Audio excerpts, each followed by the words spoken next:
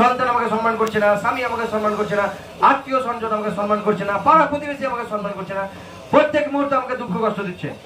কেন আমি দুঃখ কষ্ট পাচ্ছি? আমাকে উত্তর দেন। এগুলো প্রশ্ন না? এগুলো প্রশ্ন করতে হবে। এই দুঃখ কষ্ট থেকে আমি উদ্ধার কিভাবে পাবো সেটা আমাকে বলুন মহাপ্রভু। সনাতন গোস্বামী আমাদের বলছেন এগুলো প্রশ্ন করতে হবে। আমি তো দুঃখ চাই না।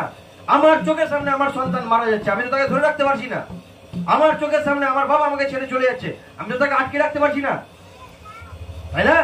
একজন মায়ের সামনে একজন সন্তান মারা যাচ্ছে, আমি তো তাকে আটকে রাখতে পারলাম না, আদরের সন্তান। এটা প্রশ্ন না? আমার আগে কেন আমার সন্তান মারা গেল? আমাকে উত্তর দেন। সাধুকে বলতে হবে কেন মারা গেল, উত্তর দেন। এগুলো প্রশ্ন করতে হবে আমাদের। যদি আমরা এগুলো প্রশ্ন না করি সবসময় আমরা দুঃখ, দুর্দশা, হতাশার মধ্যে থাকবো। কিন্তু যদি প্রশ্ন করে উত্তর পেয়ে যাই সঙ্গে সঙ্গে নিরন্তর আনন্দ পাওয়া যাবে। বুঝতে পারছেন? প্রশ্ন যদি আমরা না করি, উত্তর যদি না পাই, সবসময় আমরা দুঃখ কষ্ট থাকবো, আনন্দ আমাদের পাওয়া যাবে না।